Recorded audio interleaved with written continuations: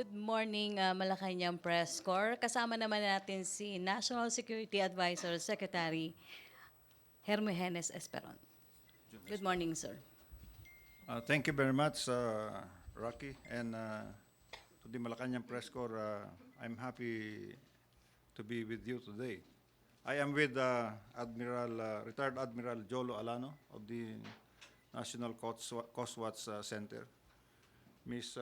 Merly Jimenez San Pedro of the Movement for Maritime Philippines, Assistant Secretary Rick Calderon of DNR, and Director Arsenio Lingay of Marina.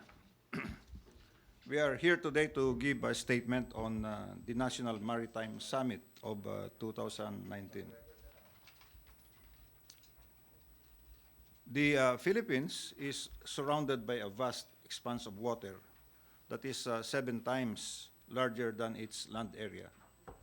That's 300,000 square kilometers versus 2,100 square kilometers. That is why our nation in 1973 lobbied for the archipelagic doctrine as part of international law. The archipelagic doctrine states that the islands, waters, and other natural features of the archipelago form an intrinsic geographic, economic, and political entity, with the waters around, between, and surrounding the islands and islets connecting rather than dividing or separating the Philippines as an archipelago. Yet, this consciousness on the unity of the land and sea has existed even earlier and was expressed in a 1955 official document. It should be also pointed out that recent studies have shown, long before Ferdinand Magellan came in 1521 and Roy Lopez de Villalobos named it Las Filipinas in 1543, that the Philippines was an active maritime community, both as a destination and a source of maritime trade. In 1994, the National Maritime Policy was formulated to emphasize the country's archipelagic state and to balance the focus of economic development planning from land-based to the maritime domain and its marine resources. Today, we continue this tradition of policy. Executive Secretary Salvador Medialdea, who heads the National Coast Watch Council, will soon release an updated national marine policy. In line with the national security policy and national security strategy, the updated NMP reaffirms the Duterte administration's commitment to, 1, harmonize economic progress with sustainable development, 2, develop ISO-compliant regulatory and effective maritime law enforcement systems, and 3, peaceful settlement of disputes through the rule of law and compliance with international law. For the first time, a National Maritime Summit will be held on October 29 to 30 at the Manila Hotel. Stakeholders from the government, academe, and think tanks, or community-based and non-government organizations, maritime industry organizations, environmentalists, and scientists will be attending. The summit will give emphasis to the policy direction of the Duterte administration that the maritime interest of the Philippines rest on sustainable development and safeguarding our national patrimony, marine wealth, and national territory. On the part of the Office of the National Security Advisor and the officials with me today,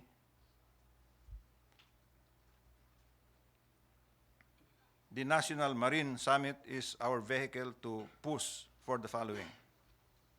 1, becoming a more responsible stakeholder for the environment. The Philippines already had a solid record and reputation for marine environment conservation and protection.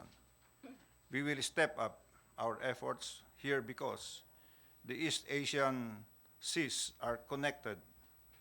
We will explore the possibility of connecting our marine protected areas with neighboring countries, especially within the Coral Triangle and the rest of the region. Two, pursue our robust marine scientific research. We are already building our capabilities for marine scientific research by acquiring state-of-the-art research and survey vessels. MSR is the first step for the sustainable development of the marine resources, which will benefit both Filipinos and the rest of mankind. So we will build the National Academic Research Fleet, and we will lift shortly the moratorium on marine scientific research by foreign government and institutions.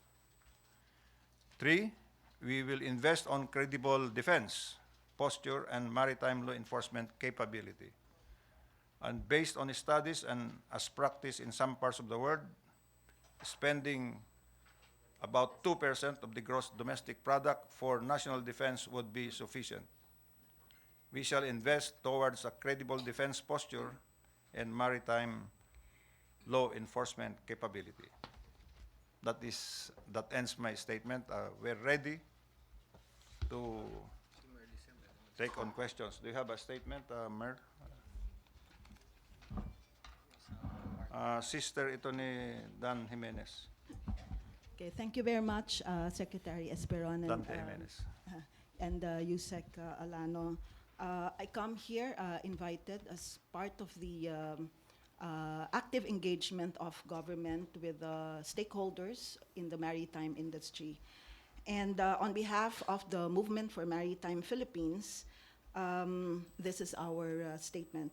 The Philippines' archipelagic configuration gives it extraordinary opportunities not many countries in the world can claim.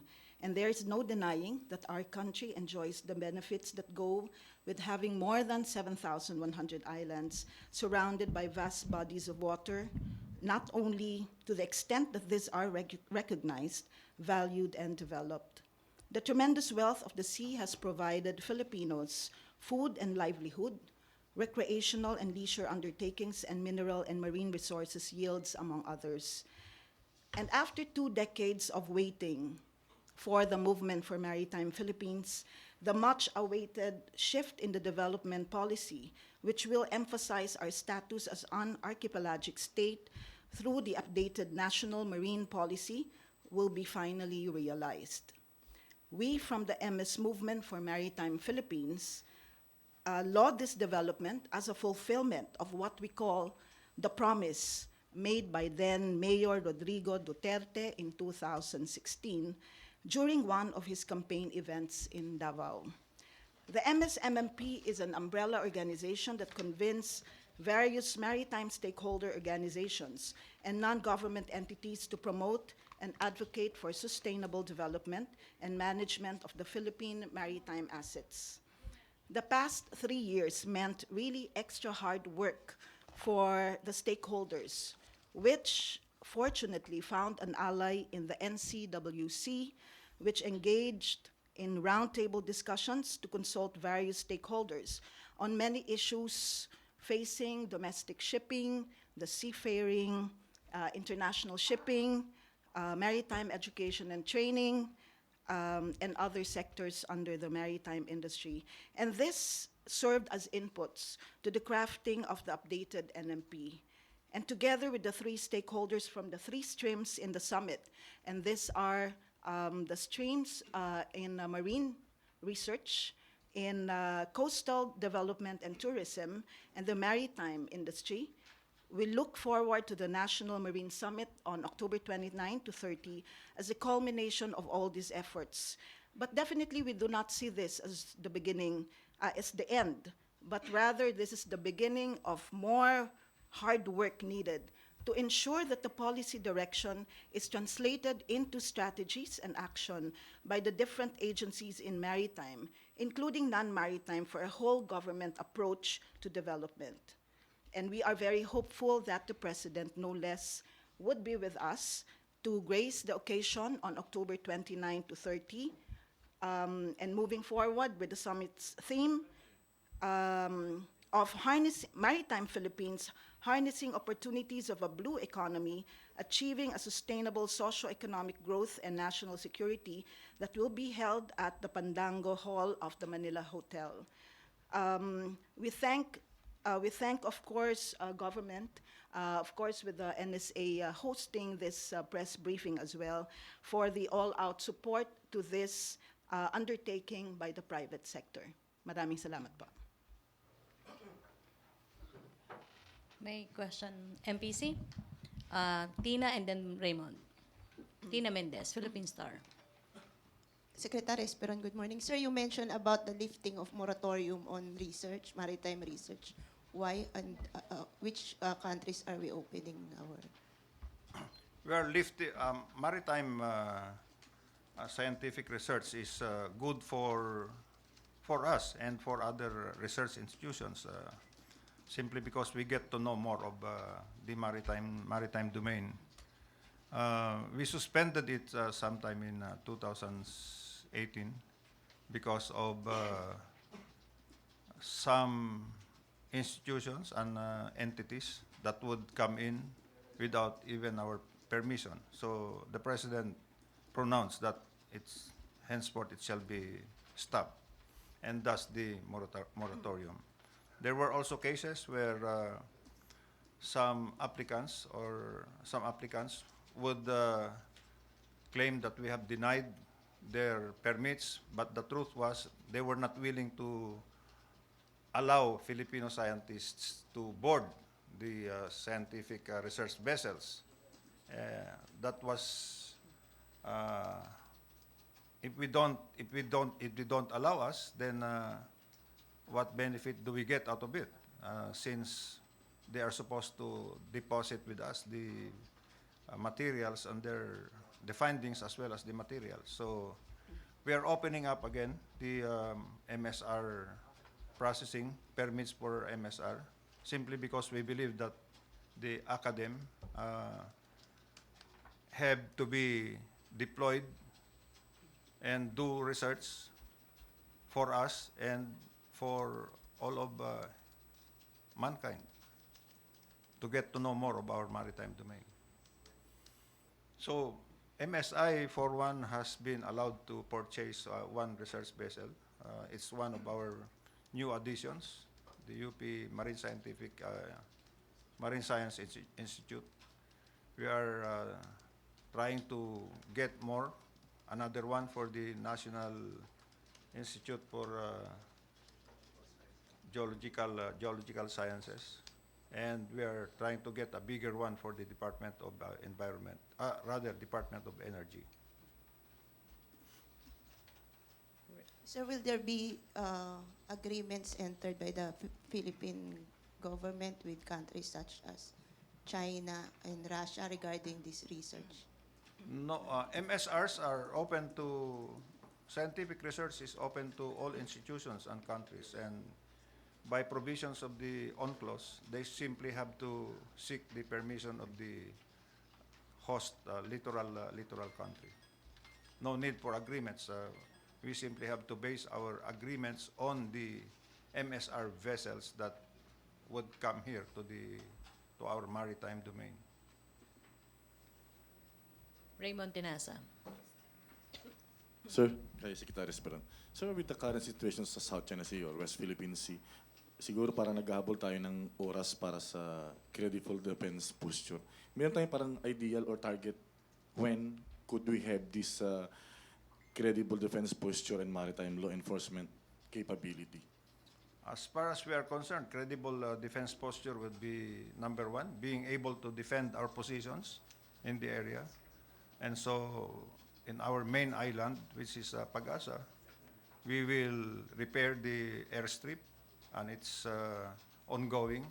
We will add port uh, both for fishermen as well as for other purposes. And we will strengthen our positions in the other islands that we have. Additionally, there will be acquisitions of additional naval vessels, but our emphasis would be on the acquisition of more Coast Guard assets and development of our fisheries multipurpose vessels that should be able to enforce fisheries laws all over the maritime domain. Parang with this spending 2% of the gross domestic product, medyo kaya ba in 10 years' time? Na masasabi na natin, 5 years? We will see. The 2% would be actually high from what we have now at about 1.1. So if we reach that, then that would be a very good percentage of GDP that we would be putting into defense. But we want to emphasize here that whatever we spend on defense should be able to even strengthen our position on developing our maritime domain, especially the West Philippine Sea, into what we call the blue economy. For all these efforts, we expect to get more from our seas, from our maritime domain. Thank you, sir. Okay, Joseph. Hi sir, good morning po. Sir, yun po bang joint exploration ng China with the Philippines, is this a similar import as the foreign maritime scientific research, or the latter is more academic than maybe political economic? It's no longer academic. It's going into an agreement on how we could make the wealth of the seabed work for us. And we have already formed the joint steering committee, and shortly there will be talks with China on in pursuance of the earlier memorandum of understanding that was signed in 2018 for the development of these energy fields. So before I go to the joint committee, ibig sabihin sir, if China proceeds and we proceed with the joint exploration, hindi yun yung ruta na dadaanan nila that we have to seek permission and stuff. So ibang This is altogether a new agreement and a new process, but it will look very similar to what you have now in the Malampaya, where you have corporations joining our own corporation. Sir, just staying on the topic a little bit. What are the countries that are interested in applying for permits to explore dun sa maritime research? They are already there. We are talking about the areas near Recto Bank, and several of them are already there, Countries such as such as Forum, Forum Oil. It's participated in by our own Manuel Pangilinan. Sir, dun po sa joint exploration, you mentioned that there's a joint steering committee. May we know the members? I do not have the names now, but the chairman would be, the steering committee would be chaired by Foreign Affairs, The FA. DFA, Okay, and of course, with memberships from Department of Energy and as well as DOJ. Department of Environment and Yeah. Natural Resources. Alright, sir. So, kailan po natin na-form yung steering committee? We had it formed a week ago. A week ago. lang. So, And they're ready to, in fact, they're getting ready for the first round of talks. Yes, When will this be, sir? within October. We have last. At the same time that we will have, close to the time that we will have our bilateral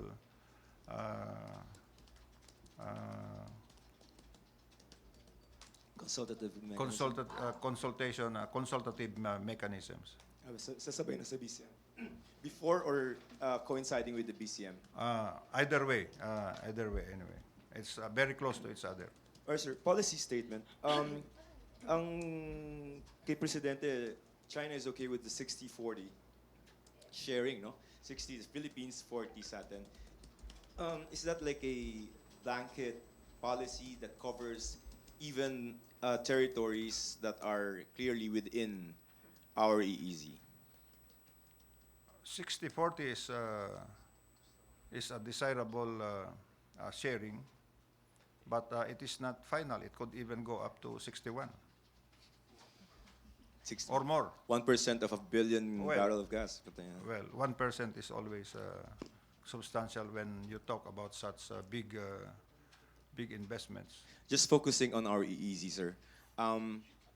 Okay tayo with 60-40 even in our EEZ. We have a 60-40 in Malampaya, by the way, So yun same template. pwede almost. But the mechanism is that it's going to be participated in by corporations of. Is this just China or are we opening up to other countries? Well, initially with China and the Philippines. Okay. That's the purpose of the steering committee. We'll have to get into the details yet. Why is it, sir, acceptable 60-40 considering it's within our EEZ? Well, it was acceptable. That simply tells you that we have the upper hand on it. But we don't talk here about territorial rights. We talk about we simply talk about it as Sovereign rights, economic. as a sharing that is just fair for us and for the other side. No implication at all to claims. We don't talk about territory here. Okay. Arian? Hi, sir. Sir, yung 60-40 po na sharing deal, sabi po dati ni President Duterte sa China po yung nag-propose nun. And sir, now you're saying that it can go up. So may As I said, the steering committee will meet and there could be changes, but that's the general guideline that we have. Okay, sir. But sir, is the Philippines planning to propose a higher share for us? Kasi sir, sabi nyo it could go up. You will know after the talks. Okay, sir. And then sir, sabi nyo po fair yung 60-40 na sharing. Well, Position po ba yun ng government? Or personal well, nyo? 60-40 was done in Malampaya, so we are ahead by 20%. And sir, how can you explain to us how is this fair po, considering na it's our EEZ? That's the net, because they spend for all the extraction and other things.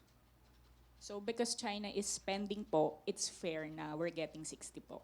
They are spending for it, and we are getting more from the net. Okay, sir. Thank you po. More than fair, right? Is the government not planning to pitch in po dun sa You will know. gastos? You will know after the talks. But if the government spends, sir, Well, it won't be fair anymore po ba?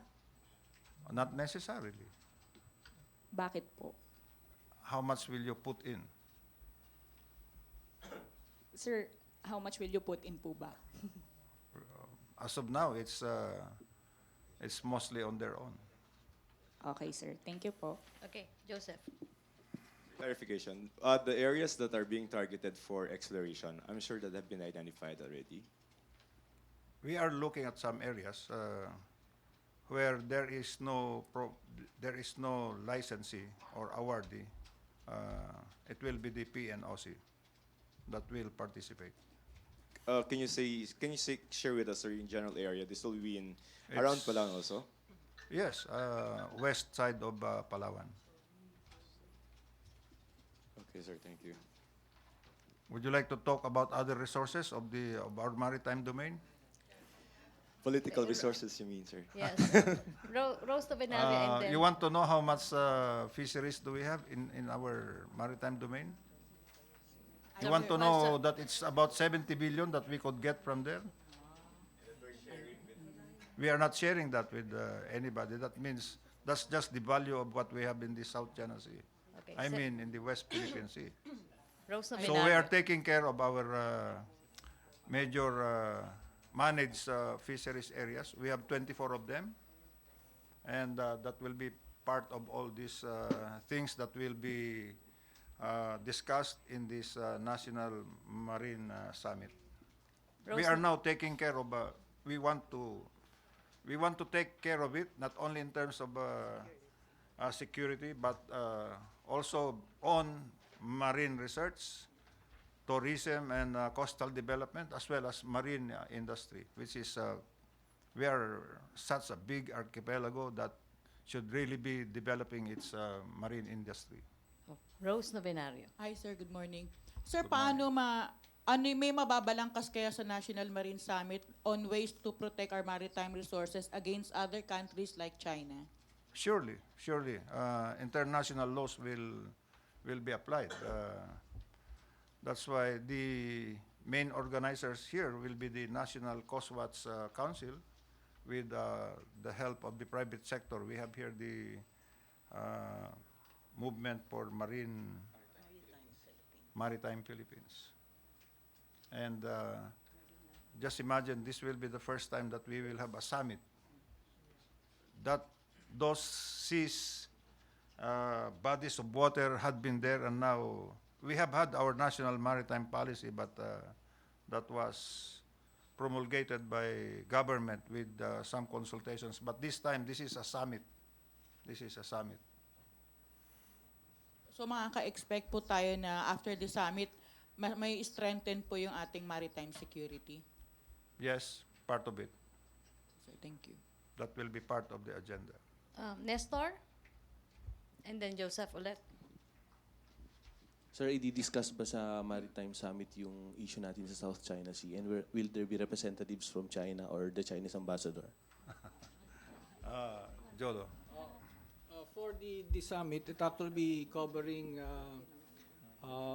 the general concepts on policy regarding, it's really a concept of trying to shift policy development towards trying to work on our advantages as a maritime nation. And although the Philippines is really blessed as a maritime nation, an archipelagic state, as mentioned earlier, we have so much water area, 7 times more.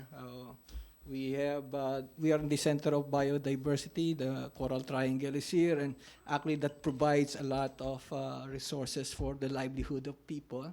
And we have a shipbuilding industry, which is one of the top 5 in the world. And but more importantly, we have a maritime people. And just to say that the number of seafarers in the world, we are the top producer.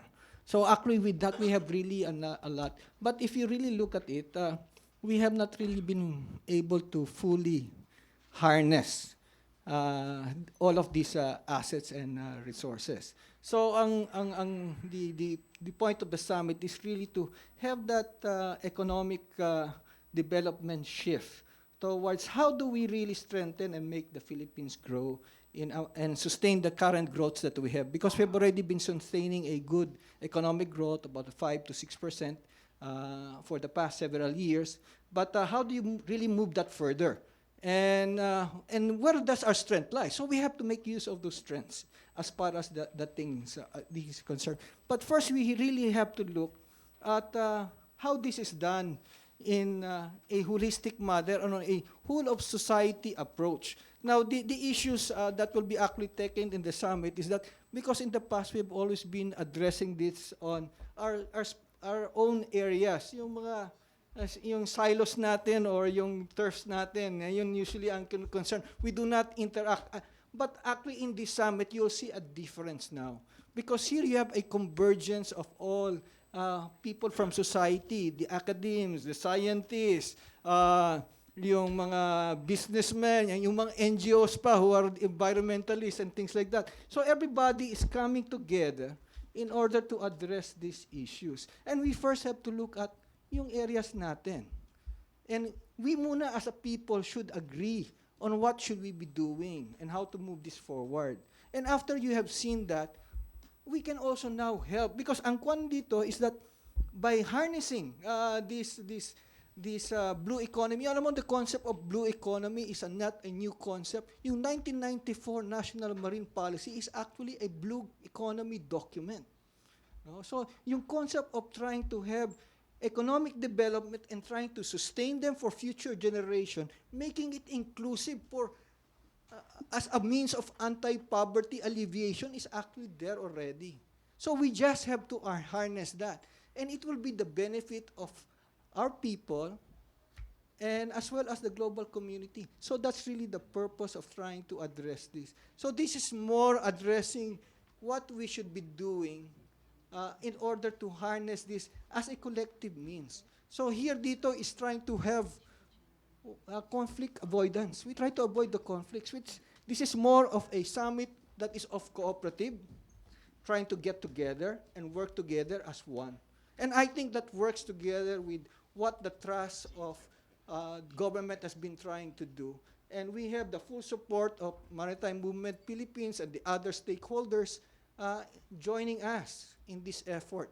So if you look at this summit, this is really something of the first of its kind in such a long while, bringing all together the different members of our maritime community. Hopefully that addresses the issue. Joseph? Isaac, Babalik tayo. Saan ka babalik? I just didn't want this to fall into the cracks. You said that we have 70 billion worth of maritime resources, no, in our That's seas. fisheries. Fisheries lang yan, ha? Counting everything like mineral resources and everything that we can find in our seas. 70 billion. They could be more. Bigger. They could be Actually, it's more. really, we really, actually that's the reason why one of the areas of the summit is really to look at coming up with a marine scientific research agenda, because we really know very little of what we have.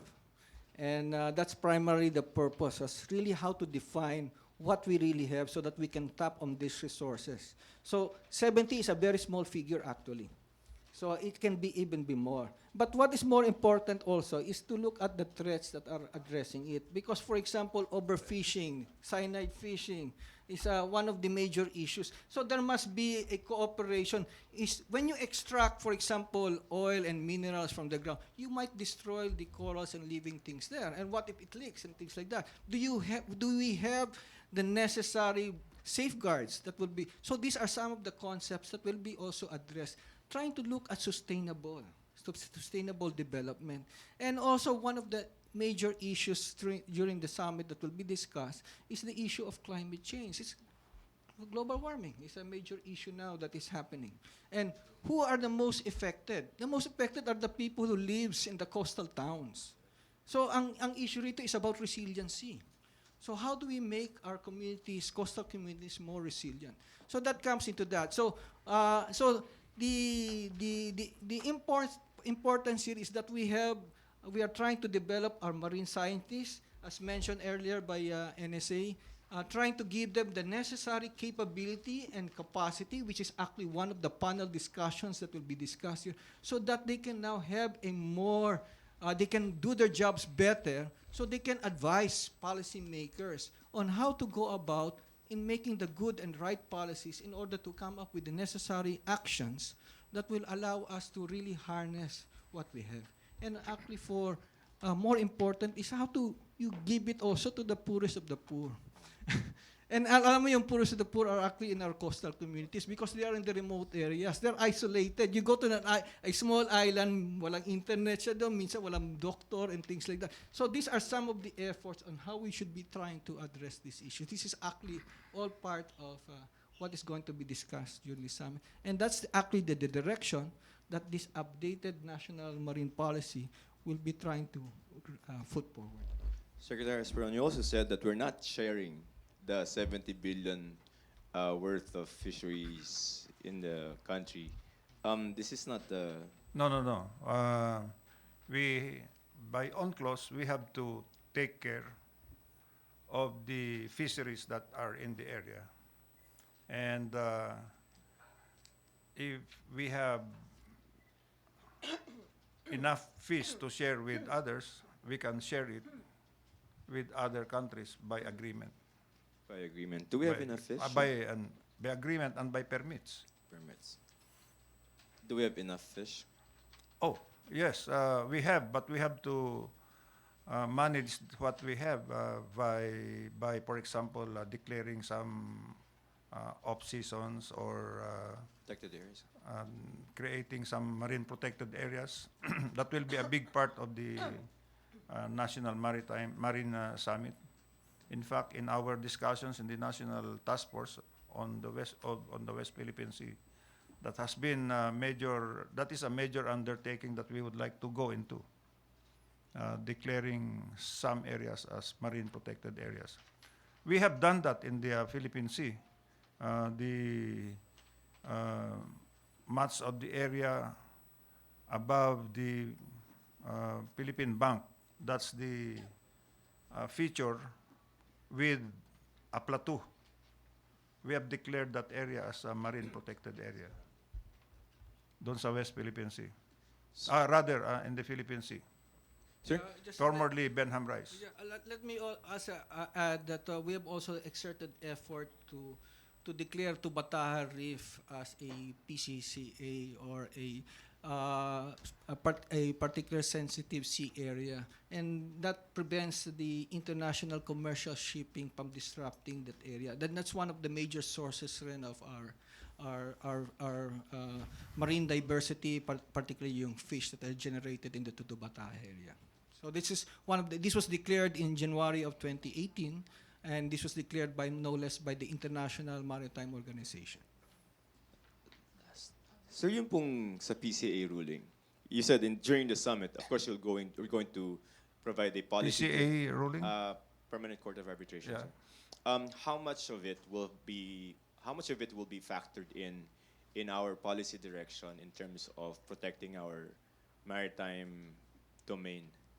Meaning, will this be a big basis? We will always keep the arbitral ruling as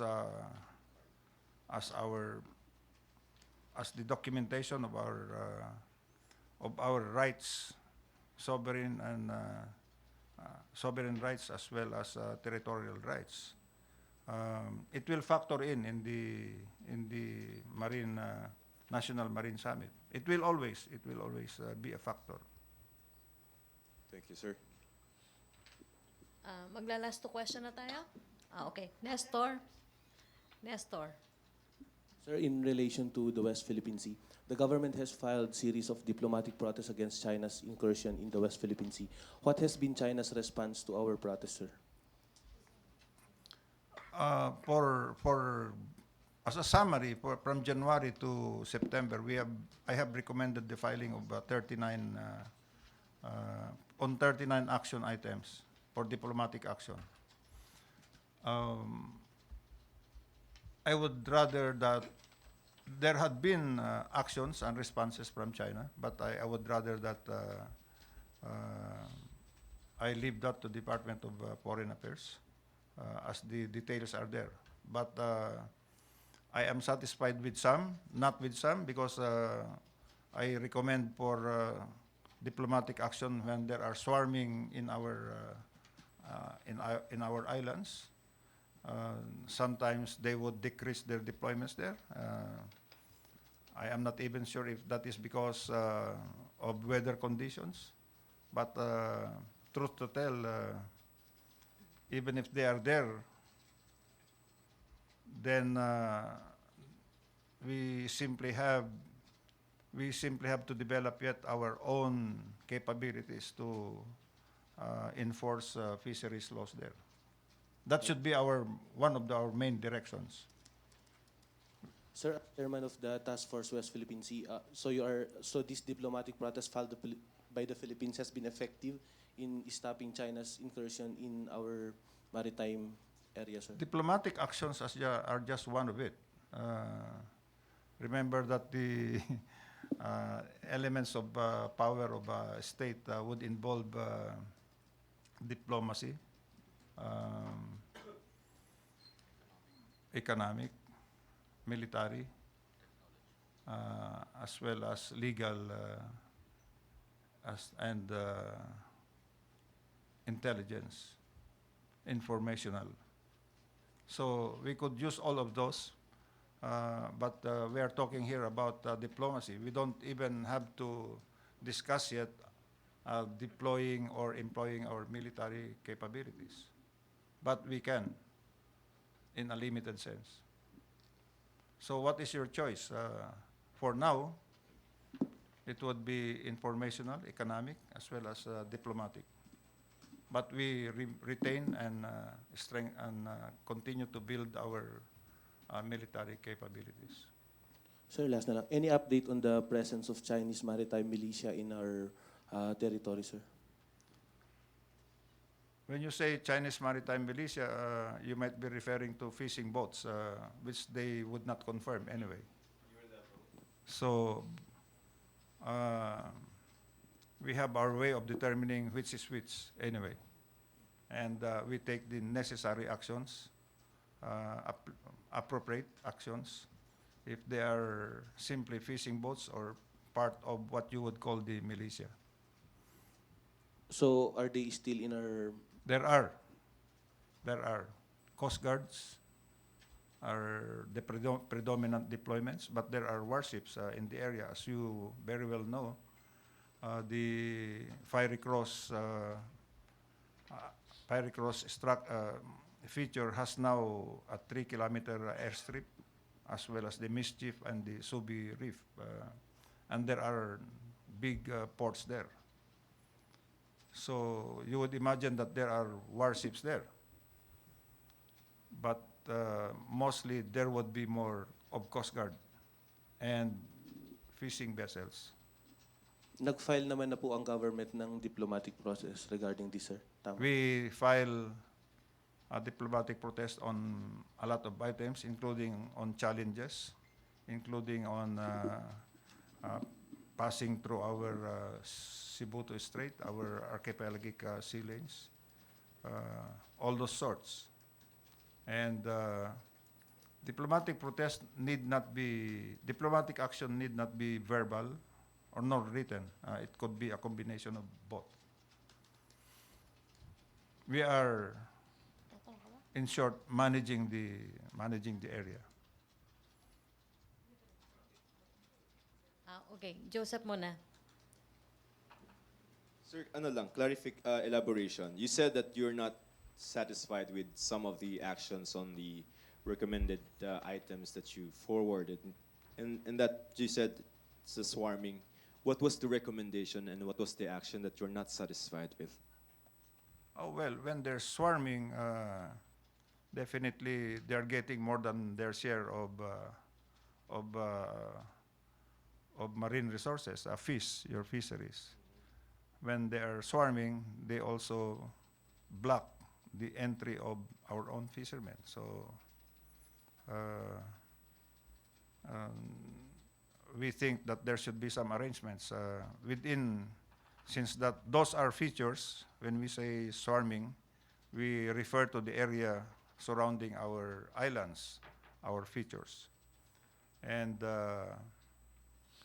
we consider those areas, most of them, within our EEZ, and therefore we have sovereign rights over those areas. But we know the dispute, that they also have the same claims, these similar claims. The dispute remains, but when there are just too many of them, meaning fishing boats, then it becomes disadvantageous to us. So we go for diplomatic action on that, not military. Of course. You said you wanted some arrangements. Are those proposals for arrangements been declined by China? Because you said you were not satisfied with that action item. Well, I probably have high standards on what we would like to get. And they were willing But to so far, it's manageable. and the response of the Chinese government with that proposal was what, sir? As I said, I do not want to go into the details of the ongoing responses and on these matters. We have the bilateral consultative mechanism to address that. We hope it would be enough. If it is not, then we have our embassy to embassy or government to embassy mechanisms. We also have our leader to leader mechanisms. And that's where it stops. And But- that's where we get the guidance. But at least is China at least amenable to having some form of mechanics with regard to those areas? One indication of that is that we are now discussing the code of conduct in the South China Sea. That is for the ASEAN as a whole and China. And the president is the chairman for ASEAN for that, the coordinator for ASEAN for the next 3 years. So that's, Positive. we have the BCM, we have the COC, we have diplomatic channels, and other ways of discussing these issues. Okay, sir, thank you. Okay, last three. And remember, just want you to remember that our relations with China does not start and end with the West Philippine Sea or the South China Sea. Okay, last three, Tina, Joyce, and then Rose. Microphone, please, Joseph. Salamat. Sir, last night, I think last night during the banquet hosted by Prime Minister Shinzo Abe, the Prime Minister and other leaders of, Shinzo Abe. yes, in Japan. Tokyo. Sir, I was not there. sir, I'm telling you, sir. Okay. Sir, and then Prime Minister Shinzo Abe and Myanmar and other leaders have expressed concerns about the president's health through Mayor Duterte. Can you please tell us, as part of the inner circle, what's the real score about the president's health? And second, okay, sir. About the president's health, he is 73, 74, going 75. I am 68. When I overexert, I get some aches. I am younger than him. I get muscle spasms. I take some rest, and then I go again in forceful exercise or walk my golf game, and I get some pains. I get some other ailments. At this age, I expect that I should be getting my share of ailments. But let's take it from the pronouncements of the palace that the president is well. I have myself experienced getting an accident in motorcycle riding, and it could have been worse. I'm just too happy that he has only that kind of problem. But I'm sure that that will go away. Just give him some time to rest, and I'm sure, well, they have said that last night he has again tried a big bike. I have seen that bike. It's the one with two wheels in front and one at the back. So I'm sure he would not spill. He would not fall from that. But he needs exercise. He's a very active young man. He wants to feel young, and indeed, at that age, by the way he takes on a lot of assignments, it looks like he really feels young. He has more assignments than anybody else in government. He travels more than anybody else, to the countryside especially. And his meetings inside the palace are, and to my thinking, are simply unimaginable. So you could just imagine if you have so much pressure meeting people on different issues and concerns, you would probably need time to also stretch up a bit. And I know that he does the treadmill, but maybe he feels that that is enough. So probably he misses his motorcycling days. What's so bad about that? Sir, as a follow-up, sir, there are, because of the recurring health concerns, there are also talks about the issue of constitutional succession. Is it proper ba to talk about it right now? I don't think so. We have already said we have that on written law. The matter of constitutional succession. Okay, Rose Novenario. And then last question na tayo kay Joyce. Hi, sir, from the DENR. Sir, since under ng DENR yung National Water Resources Board, ano po yung ginagawa ng DENR para maibsan yung kalbaryo ng tao dun sa nararanasang water crisis? Yeah, the NWRB is an attached agency of the department. No? On a larger scale, hindi lamang tayo nakapokus sa Angat. No? The DNR is focused on all watersheds all over the country.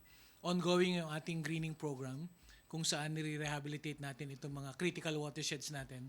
Pag sinabi natin critical, ito yung nagpo-provide, may mga irrigation facilities dito that provides water sa ating mga agricultural area. So doon tayo nakapokus para kung may problema sa isang area, hindi ito at the national level. Sir, yung supply ng tubig po, yung problema sa Metro Manila at sa kakaratig na lugar, ano po yung pwedeng pagkunan, may iba bang pwedeng pagkunan yung National Water Resources Board? Dahil, di ba, last time nagkaroon ng artificial water shortage, ano po yung nabalangkas nyong mga solusyon dun sa nakita nyong problema noon? At bakit parang mas lumala pa ngayon? Yung ginagawa naman ngayon ng NWRB is basically preventive, no? Dahil kung napapansin nyo, supposed to be kung titingnan mo pa the last 5 years, pag ganitong panahon, dapat puno na yung mga dam natin, no? In fact, in previous years, when I was assigned in Central Luzon, pag ganitong panahon, spilling level na. Pero ngayon, napaka-abnormal na kung saan hindi pa ganon karami yung tubig as far as Angat is concerned. And very crucial yung ginagawa ng NWRB to regulate this early para mapigilan natin or maiwasan natin yung severe supply drain as far as Angat Dam is concerned. Sir, nasa kontrata ba nung Maynila at saka ng Manila Water na dapat silang maghanap ng ibang resources para isusupply na tubig maliban dun sa mga existing dam ng gobyerno? I'm sorry, I'm not very much aware as far as the contract, as far as the servicing is concerned. Siguro, mas ma-address ito ng NWRB when it comes to the details of the servicing contract. Sige, sir, last na. I will take on that. Thank you, sir. We have a ceiling or limit of what we could get from Angat River, Angat Dam. Part of it goes to irrigation to the Bulacan and Pampanga provinces. Part of it is for bulk water.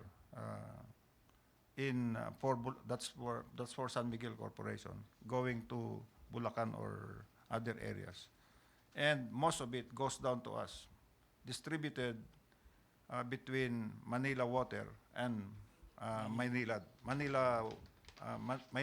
Manila Water. We have seen in the past the shortage of delivery of water simply because we are not able to get water from Angat. We also saw the shortage because there are supposed to be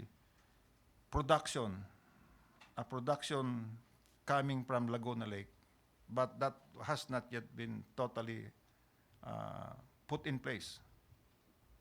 Each one of them are supposed to get 100 million liters a day from Laguna Lake, but they were not able to do that. Part of the discussions last time we had in the cabinet was to further harness these sources from Laguna Lake. And look at the other sources like Kaliwa or Wawa Dam. The most immediate that we could get from would be, of course, from Laguna Lake. But it turns out that Laguna Lake costs so much more to purify because of the character and quality of water that is there. It's no longer as pure as good as we want it. So part of the solution would be also to make Laguna Lake clean. How do you do that? Probably dredge it, and also dredge Pasig River for a better outlet, and all those things. So as long as we are not able to add more to the volume in Angat, then we will have this problem in as much as we do not have control over rains and the weather. I recall that in the 90s, Umiray River, which goes to the Pacific, was tapped. Papuntang yung Umiray River sa Quezon Province, Aurora, simply goes to the Pacific Ocean. So what did the Ramos administration do then? Tap that water and put it to Angat. Now, if we are able to get more into Angat and protect more the forest cover there, then we will get more water. Until that time that we won't be able to develop other resources, then we have the possibility of water shortages every now and then. So there are short-range programs, there are long-term programs. Sir, sa DNR po ulit. Sir, handa pong humarap yung DNR dun sa para may panukalang imbestigahan yung pagbibigay ng environmental compliance certificate dun sa Kaliwa Dam, considering po na marami palang pagtutol dun sa construction nito, and yet nag-issue po ng walang legal daw na pagtutol yung mga mamamayan doon, yung MWSS at saka yung contractor. So, haharap kayo sa ganun o ipapaliwanag nyo kung bakit hastily na naibigay nyo yung ECC kahit maraming mga pagtutol doon sa lugar? Actually, yung hindi naman siguro hastily, no? Marami hong konsultasyon na pinagdaanan yung pag-aaral ng bago na issuean ng environmental compliance certificate yung proyekto. Dumaan ho ito sa masusing pag-aaral, dumaan ito sa iba't ibang ahensya, iba't ibang konsultasyon. Kung mayroon man pong investigasyon later, bilang isang opisyal ng publiko, kami po sa DNR ay nakahanda po kaming humarap sa mga bagay na ito para maipaliwanag po itong mga issue dito sa pag-i-issue ng ECC sa project na ito. Nakuha niyo po yung pagpayag ng indigenous people doon sa Kaliwa Dam project? May proseso ho kasi ng pagkuha ng clearance. Tinatawag ho natin itong pre and prior informed consent, as far as the indigenous people. Dumaan ho ito sa iba't ibang proseso. So we look into that. Siguro tingnan natin pagdating ho siguro yung sinasabi niyo kung merong investigasyon. Yes, sir. Thank you. Okay, last question na tayo, Joyce Balancio. Kay Secretary Esperon. Sir, will there be a recommendation for the extension of martial law in Mindanao? Malapit na pala ang December, ano? Yes, sir. Merry Christmas. December 18. We are looking at some developments that could give some guidance to us. If the Human Security Act, as amended, will be passed, then we may not need to ask for any extension of martial law. We may not need any martial law of this kind of martial law. Alam naman natin na magkaiba yung martial law nung araw at saka ito, di ba? The martial law that we used to know could close Congress and suspend a lot of things, including the Constitution. But this martial law that we have now has a lot of limitations, among which you have to get the permission of Congress, and you can only detain suspects for a period of three days maximum. So I'd like to think that is a limitation to us, the 3 days detention, especially when we know that there are actually reports and other circumstances that we believe should make us detain a suspect longer than that. We believe that some provisions of the Human Security Act are also not user-friendly. For one, if you commit a mistake in arresting somebody, detaining somebody, with all the files that you have, and later you are not able to prove it in court, you will be fined 500,000 pesos a day, which is about $10,000 a day, which is approximately my salary a year. So it's so unfriendly. So it is a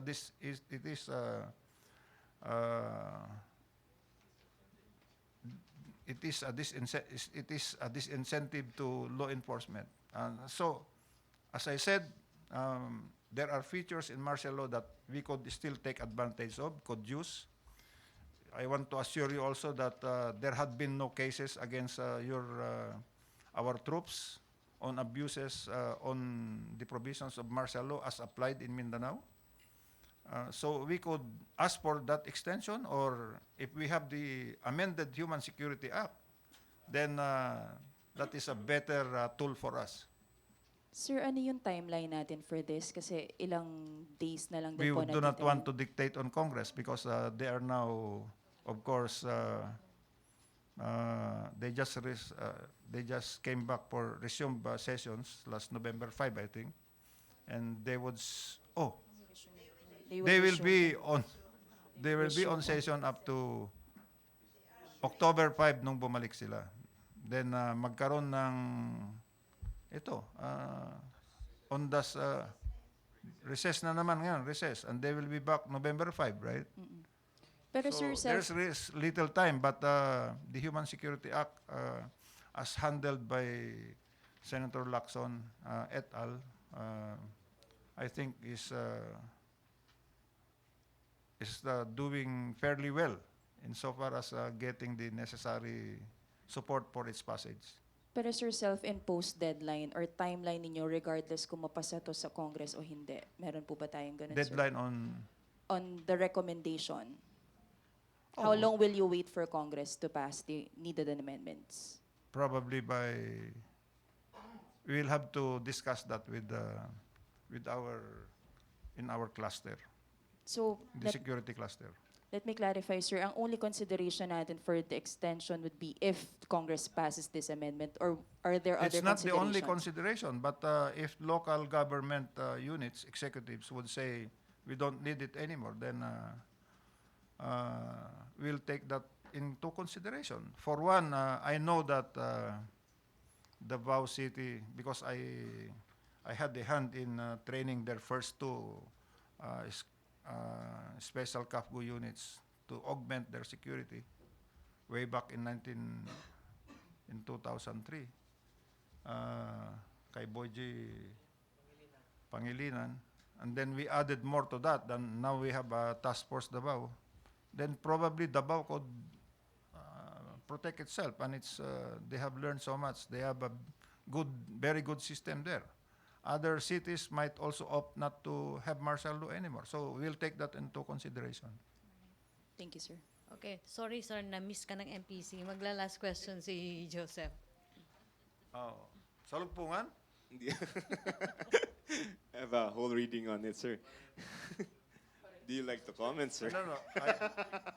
I'll just give you some handouts on Salugpungan because it's the Salugpungan school system. If you are not too, I know you are very familiar with it. Yes, we are, sir.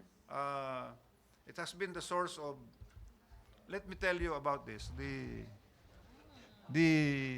Red Fighters, the New People's Army fighters in Mindanao, are 70% coming from the Katutubo, from the tribes, from the natives.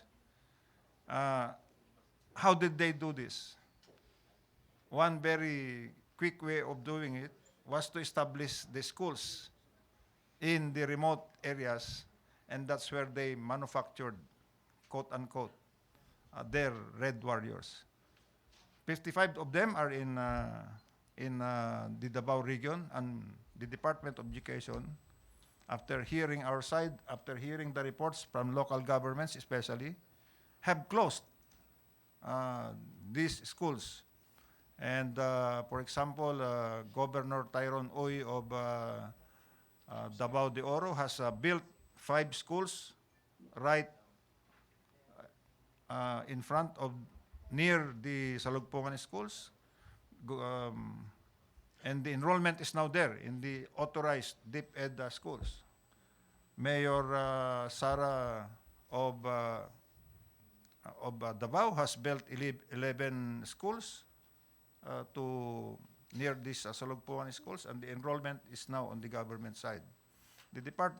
And so they are doing the same in the other kinds of schools that are churning out rebels in the other regions. We have the Alcadeb Alternative Learning Centers and the MESPI, they call it the MESPI, MESPIT siguro. So everybody's, all the IPs, meron nga akong video dito, yung IP mismo ang nagdi-dismantle ngayon ng mga schools na yon. So ito yung sa Talaingod, yung pinuntahan ng isang kongresista at saka isang kilala ninyo, si Sator Ocampo yata yon. Si Franz Castro yata yung pumunta doon, at siya na nga yun. Pinupuntahan yung isang Salugpungan school sa Talaingod at kinukuha yung mga estudyante doon. Nagkaroon ng kaso-kaso doon, di ba? So, yun lang. Yung mga Salugpungan school ngayon. At ang maganda dito, yung nagpopondo, which is the funds are coming from even abroad and from their collections, coursed through the Rural Missionaries of the Philippines.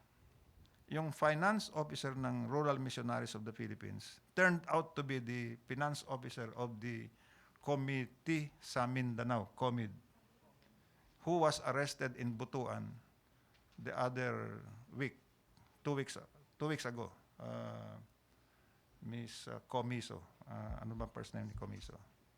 Sa Butuan na arrest. It turned out na siya pala ang COMID finance officer. Siya din ang nagko-coordinate pala ng financing ng Rural Missionaries of the Philippines. Yung Rural Missionaries of the Philippines was one of those who brought the president to a writ of habeas corpus, writ of amparo petition, including several of us, for their protection. And we found out that RMP, despite all its claims, does not even have a legal standing with the Securities and Exchange Commission, because their license was expired in 2003. And they went to court, they held us to court in 2009. That's a period of 16 years. Isn't that perjury? So I brought them to court for perjury. Nagkataon lang, nagkasama-sama na, nahuli yung kanilang finance officer. So, well, finally, we are putting a closure to these Salugpungan schools.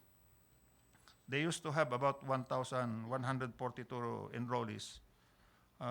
Most of the enrollees, more than 1,000, are now into deep ed schools. And let me commend, not commend, but report that Secretary Leonor Briones, who is not really very old, went to Talaingod, and she is the first cabinet member. She is among the cabinet members the first to visit that area, and she will put up a good school there for the indigenous peoples with dormitories. The last mile program, also of the deep ed, will put schools in about 7,100 far-flung areas. That should cover that should cater to the requirements of our people who are in geographically isolated and disadvantaged areas. Okay, last question, Joseph. Sir, just going back a little bit to the President's health, no? when these things happen, may mga accidents or may mga sinasabi na unbearable pain, of course you know, but the other cabinet secretaries, are they informed about the situation or? We get to know it somehow. Siyempre, lagi mong tinitignan kung kumusta na ba ang Pangulo.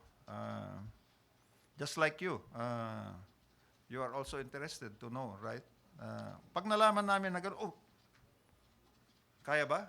Kung ako, kaya kasi nag-PSGI yata ako sa ibang presidente, sa ilang presidente. So, parang second nature ko na rin yung laging, tinitignan ko kung anong nangyayari sa kanya. Kasi grabe ang schedule niya eh. Tapos, nagmotorsiklo pa.